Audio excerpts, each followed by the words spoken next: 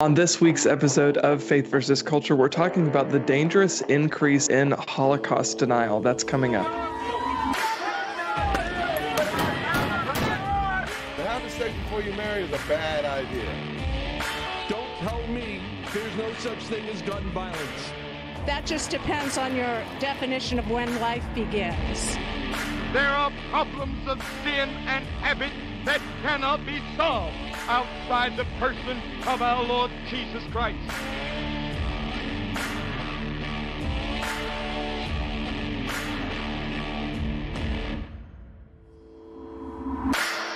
Well, welcome to this week's episode of Faith versus Culture. I'm joined by Billy Hallowell and our managing editor over at CBN Digital and FaithWire, Dan Andros. Guys, how you doing today? Doing great.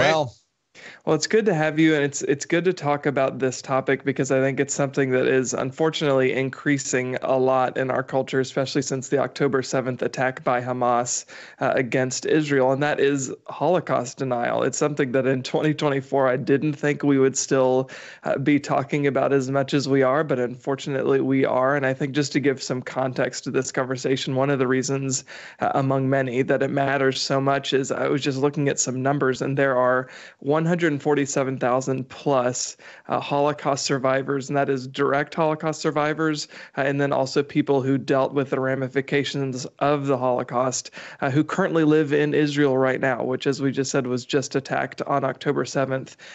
In one day, that was the deadliest attack of Jewish people, the largest number of Jewish people who have died since the Holocaust. So this is something that's important to talk about, and it's not going away either. With college campuses, so many pro-Palestinian, pro-Hamas rallies happening on college campuses around the country. Why do you think this is happening the way it is when we have so much access to information? It just seems kind of counterintuitive to me. Yeah, I think part of it, Trey, at least, I think it's a pretty big mix of reasons why, if you actually look at it. But I think one of them is just a complete lack of trust in media. And then you combine that with a lot of indoctrination that's happening. I mean, we saw almost immediately after, within just a few days of the October 7th attacks, you had people standing up and defending Hamas.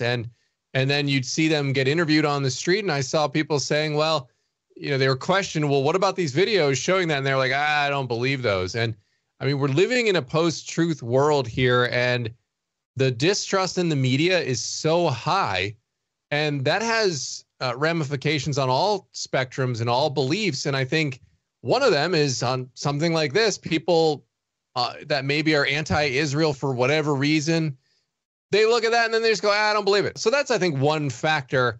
But when it comes to the Holocaust, there's a whole nother level to this, just because it's something that has been, it predates the technology that we have right now and the super distrust of the media, right?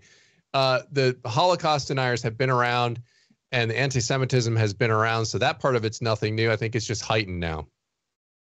Yeah, I think that I agree with everything you said. I'm going to give the super theological answer, though, that I think a lot of us, it's really easy. We get stuck in sort of the temporal, right? What is happening right before us. There is a whole spiritual dimension to this. I mean, what other group of people throughout the history of humanity have gone through the same thing again and again and again, from Esther and Haman down the line to the Holocaust? There's something spiritual going on, and I think it's all coalescing. The media bias, all of these things, where there is just an irrational hatred of the Jewish people, of Israel, that has always existed among some cohorts, and that we are watching it rear its ugly head again. Just 75 years after millions of Jewish people were exterminated and murdered by Hitler, here we are again. It's the same game plan. Get rid of the Jews. They don't deserve to be in the land. We're hearing this parallel language. I think where it becomes very troubling, to your point, Dan, is that spiritual dimension is colliding with higher education institutes, with the media, with Hollywood, with all of these places where the truth is not being given. And when you mix that spiritual issue with a lack of truth, you have substantial portions of young people who aren't only ignorant, it's actually scary and dangerous how ignorant they are, denying that these things that we know have happened, including Hamas's attack. Yeah, for sure. I think this spiritual blindness is a necessary component, but also to your point, Dan, and you mentioned this too, Billy, I think you couple that with the fact that so much of our media, I think, is pushing narratives that are a different agenda, right, than what the truth is, which is obviously that the Holocaust happened. And there are not people in the media saying necessarily that the Holocaust didn't happen, but there are people on the far left who are in these higher education institutions that are saying it repeatedly. And we have instances of college campuses where this kind of denial is more widespread, where they have access to all kinds of educational information, of course. And that's where the misinformation seems to be flourishing the most. I was just looking at some other numbers. So this is a survey from last year, found that in the Netherlands, which is the home of Anne Frank, there's a, quote, disturbing lack of awareness about the Holocaust, with 23% of adults under 40 believing it's a myth. And then a more recent survey here in the United States that we've covered at FaithWire and CBN found that 20% of Americans between ages 18 and 29, that's about 1 in 5 younger Americans, also believe the Holocaust is a myth. That same study showed that many younger Americans believe, quote, Israel exploits the Holocaust victimhood for its own purposes, that people, quote, should boycott Israeli goods and products, and that Jews, quote, have too much power in America. And I think a lot of that is, unfortunately, this spiritual darkness, and then Satan is the prince and power of the air, and I think he uses a lot of the secular resources in the world to his advantage, right? I think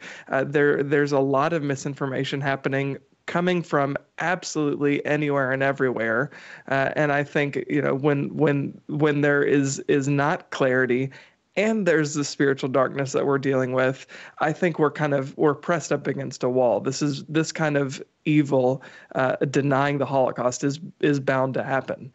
And you see similar things with the denying of 9/11. And now, I mean, we just covered the Osama bin Laden letter that came out, and someone published that, and then you had all these people on TikTok going, wow, I didn't know about all the evil things that America did to deserve 9/11, and you're just like left scratching your head. I mean, that was only 20 years ago, and this is happening. And, to your point, Billy, about how against all odds, right? This is this little country that reemerges.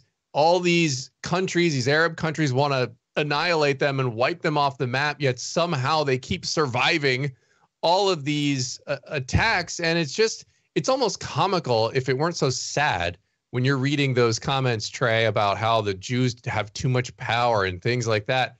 It's a laughable claim when you look at the size of this country and the number of people that they have compared to the rest of the world, these other nations around them. How are they the oppressor? How are they oppressing anyone? And they're just trying to survive. And so the claims are laughable on their face, but like you said, I mean, there's a spiritual battle going on here. Yeah, and it's compounded again, when you have, and this is why, we talk about a lot of different things. Everybody out there in the media, this is one of the biggest dangers to America right now. Fill in the blank. I'm not even going to bring the issues up. All these things that are so dangerous. One of the biggest dangers to humanity and to American culture is the bias that has gone on for decades in the media and all these different locations, where it actually colors and changes the way that people perceive realities happening before them. And in this case, to see evidence in video of what Hamas did and to walk away. And we even have survey data from the West Bank and Gaza showing that the people there do not believe that these things happened either. This is incredibly pervasive, especially here in this country. And it really makes me wonder, what do we need to do as a culture to save our young people? Because 5 in 10 of them, half of young people, 18 to 29, are confused about what they believe when it comes to the Holocaust being a myth or not. Yeah, which that's a scary number in and of itself, that people are that confused about something that there is so much evidence for, there's so much history for. We've talked about this. There's obvious truth to it when you look at, as you said, Dan, Israel is this tiny little country that has perpetually been fighting for just their right to exist since they began to exist as a country, which they're not that old as a country, by the way, either. So yeah, this is such an important topic. I'm glad glad we're talking about it, and we're going to take a quick break. But on the other side, I want to talk about some of the celebrities, public figures who have been speaking out, what they're saying, and the pushback, unfortunately, that many of them are facing because of it. So stick with us. We'll be right back.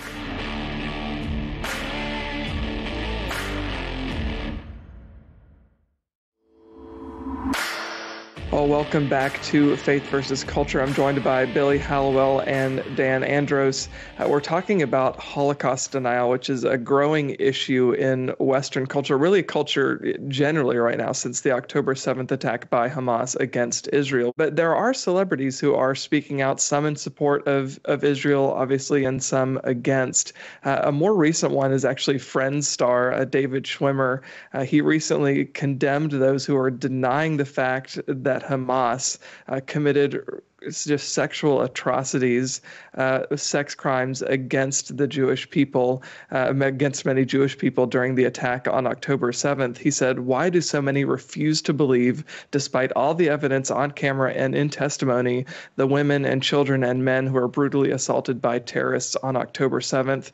There have been several other stars that we can talk about who have spoken out in support of Israel, but many are facing a lot of pushback too. I know Gal Gadot, Wonder Woman star, she actually screened a lot of the IDF, their video footage of Hamas.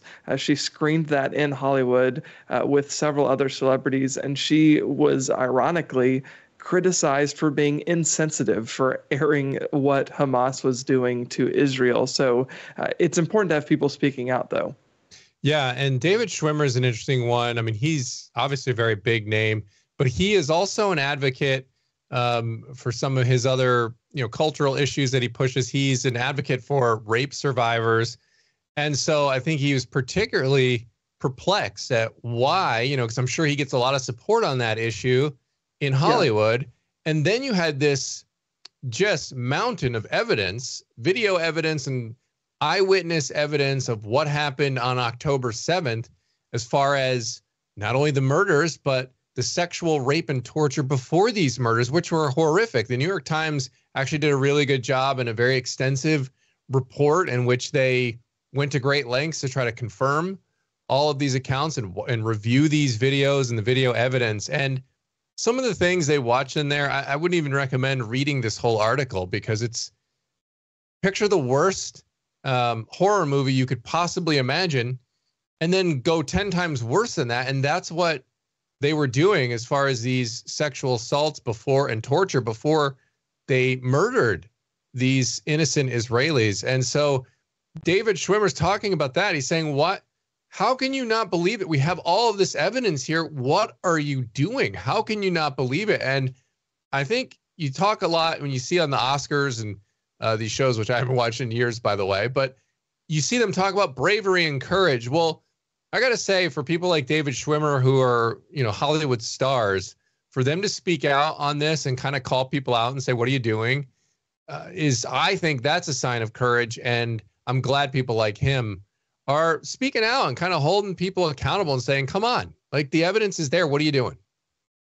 Yeah, I mean, you have an ideological problem and that there's something deeper going on when there's very clear, as we've said, evidence. We know this happened. Even if you don't agree with how Israel and Palestine have interacted or what's going on there, if you have a historic issue with what has gone on, and I'm not endorsing that, I'm just saying, even if you're in that camp and you don't love Israel or like Israel, why would you not be able to say, oh my goodness, what happened here was otherworldly, inhuman, and horrific? It's bizarre. And that's how you know it's a spiritual issue, that some people cannot bring themselves to even do that. That's not a high bar to reach. This should be pretty easy to say, those crimes are not normal. That is not how wars are fought. This is a completely abnormal, evil thing.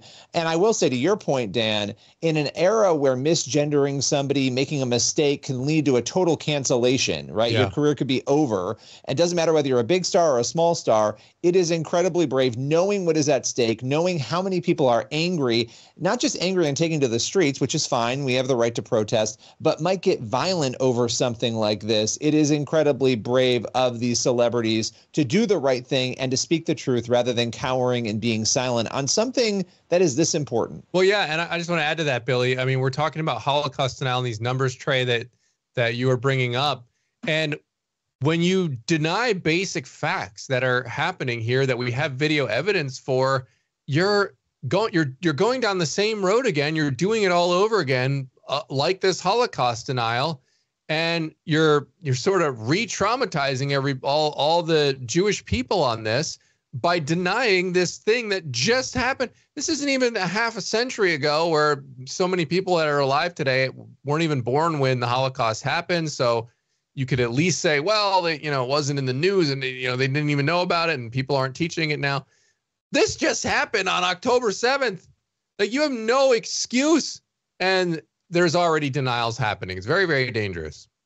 Yeah. Well, not only are there denials, but then there's also this moral equivalency, right? That if I'm supporting, or if I'm saying what Hamas did was wrong, that somehow is supporting anything and everything that the Israeli government has ever done. Like, I think it's fine. I know it's kind of tricky waters, but it's okay to be like, I think the Israeli government maybe handled this wrong. Have that conversation. That is fine. Like, do whatever you want to when it comes to that. But it should not be a brave thing to say what Hamas did is evil. Like, no, it's right.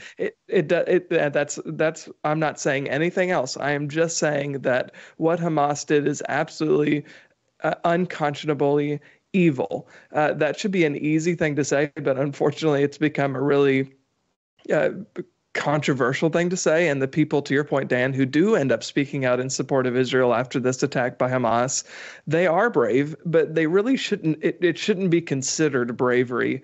Right. We shouldn't live in a world where that is brave for you just to say evil is evil. What a sad world that's the reality that we're living with right now. Well, and I'll just respond to that and just say that's kind of what I mean by courage. Like, it's not courage like you're going to secure a hill in battle, but you are risking something. You know that if you're in Hollywood, that these are far left liberals for the most part who are going to come down on anything that is remotely perceived as the opposite end of the political spectrum from that point of view. And so any support for Israel, I think she wrote, like you said, support it, like we're going to stand with Israel on this. Like, why should it be controversial to say we stand with a country that just had this horrible thing happen to them, right? Everyone stood with America after 9/11.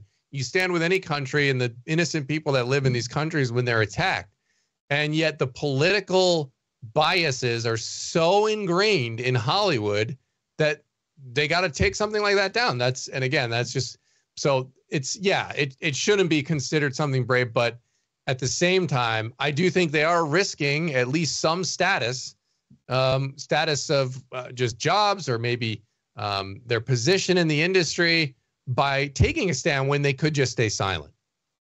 Yeah. Well, and I think too, in all of this, we need to be remembering to pray for everybody involved in this, including people in Gaza, people in the West Bank, people who are out there, 2 in 10, I have to say these numbers again, 2 in 10 of 18 to 29-year-olds in America who do not believe that the Holocaust happened. They think it's a myth. And the other 30% who are confused, praying for clarity, praying for those who are facing difficult circumstances in the middle of this war on all sides of it. That's an important reminder, I think, for us at this juncture to remember. Yeah, and I think another prayer that I'll add to that, Billy, is for our hearts, not just to pray, but for our hearts not to grow cold, because, I look at this story and I'm frustrated at some of the propaganda I see, coming out against Israel. That doesn't mean I think everything Israel does is right, but at the same time, there's just so much anti-Israel, so much anti-Semitism out there. I get frustrated at it. Now, the caution for that side of things is not to have your heart grow cold for those who are caught in the middle of this in Gaza, right? Innocent people that are there. Even if they have views that disagree with me, if they're not a terrorist and they're not actively fighting and they're not doing all this stuff, like, I need to pray for those people in the midst of that and not let my heart grow cold to that situation.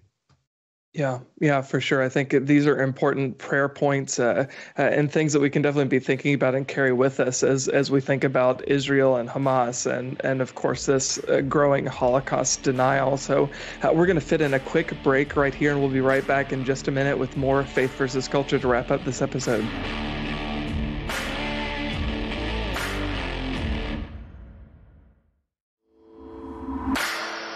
Welcome back to this episode of Faith versus Culture. I think this is such a sensitive topic, but an important one. And we were just talking about some prayer points that we can have going into thinking about and praying for Israel and praying for the Jewish people. And I think with so many different media outlets and agendas vying for our attention.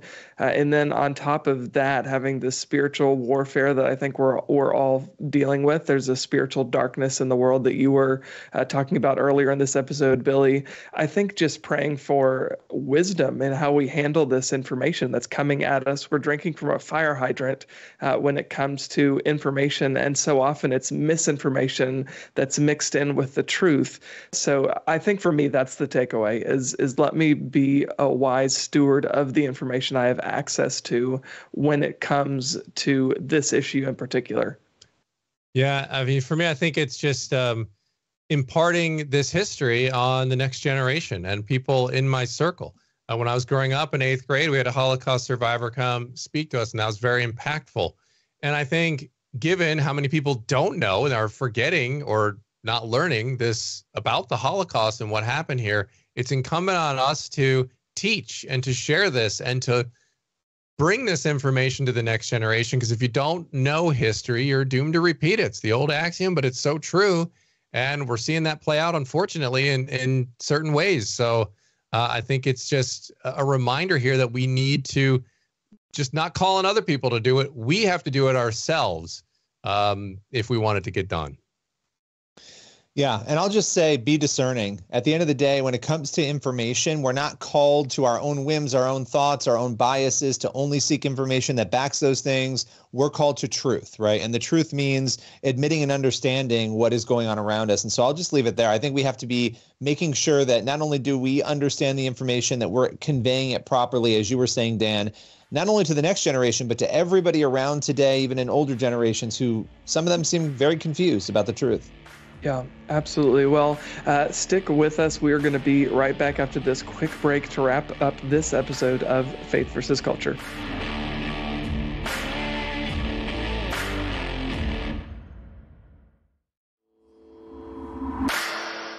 Well, that is all the time we have for this episode of Faith versus Culture here on the CBN News Channel. Thank you so much for joining us. If you haven't already, head over to cbnnews.com, faithwire.com, and you can subscribe to our Quick Start newsletter. And you can also check out our daily Quick Start podcast Monday through Friday at 7 a.m. Don't miss it. Thank you so much for watching this